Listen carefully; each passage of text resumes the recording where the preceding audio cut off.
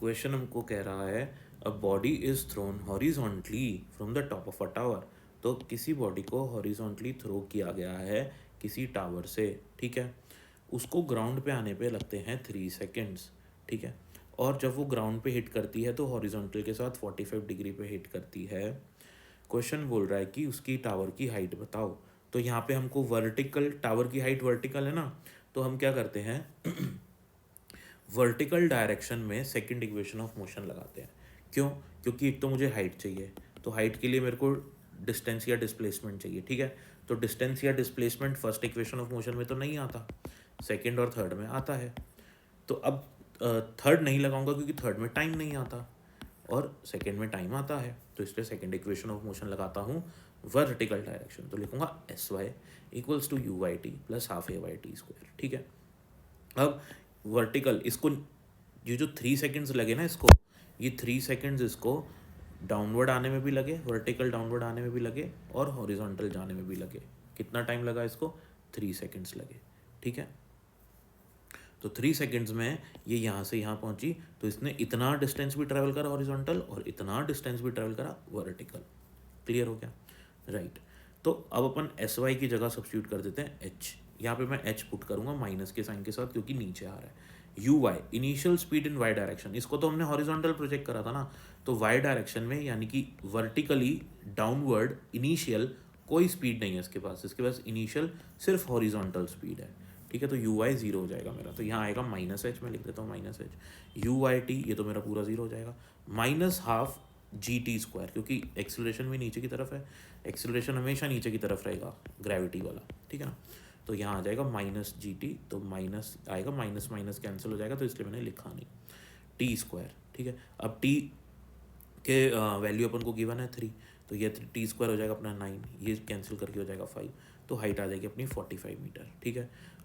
Second part में हमको question कह रहा है स्पीड ऑफ प्रोजेक्शन। तो स्पीड ऑफ प्रोजेक्शन तो हॉरिजॉन्टल ही थी, तो जब हम हॉरिजॉन्टल की बात कर रहे हैं तो उसको हम निकाल लेते हैं।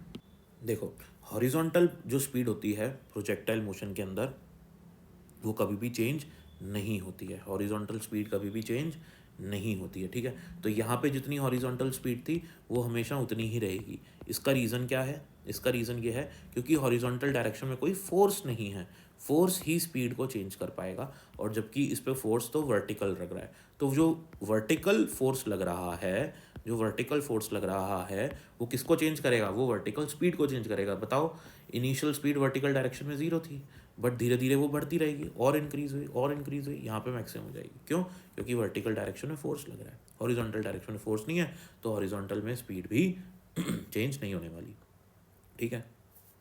ओके, अब यहाँ पे एक चीज़ मैं आपको सिखाना चाहता हूँ। ये देखो, हमको क्वेश्चन में एक बहुत बढ़िया चीज़ गिवन है, 45 डिग्री एंगल। जब भी एक 45 डिग्री एंगल आप देखो प्रोजेक्टाइल मोशन में, तो tan 45 क्या होता है बेटा? तो आपको पता लग जाना चाहिए, tan 45 होता है 1। अब यहाँ पे tan 45 होगा किस किस के बीच का एंगल है? देखो, यहाँ पे ये आपका हॉरिजॉन्टल कंपोनेंट है, इसको आप Vx मान लो, ये आपका वर्टिकल कंपोनेंट है Vy। अब इस वेक्टर को, ये जो वेक्टर है इसको उठा के मैं यहाँ पे रख देता हूँ, ये यहाँ पे रख दिया मैंने, तो मेरा एक ट्राइंगल बन गया, ये Vx और ये मेरा Vy, ठीक है। और ये मेरा रिजल्टेंट हो गया, ये मेरी नेट वेलोसिटी हो जाएगी फाइनल, ये u, इसको u ही लिख देता हूँ मैं, या v लिखता हूँ, इसको v बेटर रहेगा, ये v, ठीक है। ये एंगल मेरा थीटा। अब ये थीटा मेरे को 45 डिग्री के बना है। 45 डिग्री का मतलब क्या है? tan 45 अगर मैं लिखूँ तो tan 45 1 होता है। अब इस ट्राइंगल से 45 बताना, परपेंडिकुलर अपॉन बेस, यानी कि Vy अपॉन Vx, ठीक है ना। अब tan 45 तो 1 हो गया, तो यानी कि Vx और Vy क्या हो गया? बराबर हो गया। तो जब भी आपको tan 45 दिखे ना, इसका मतलब ये वाली स्पीड और ये वाली स्पीड दोनों इक्वल हो गई।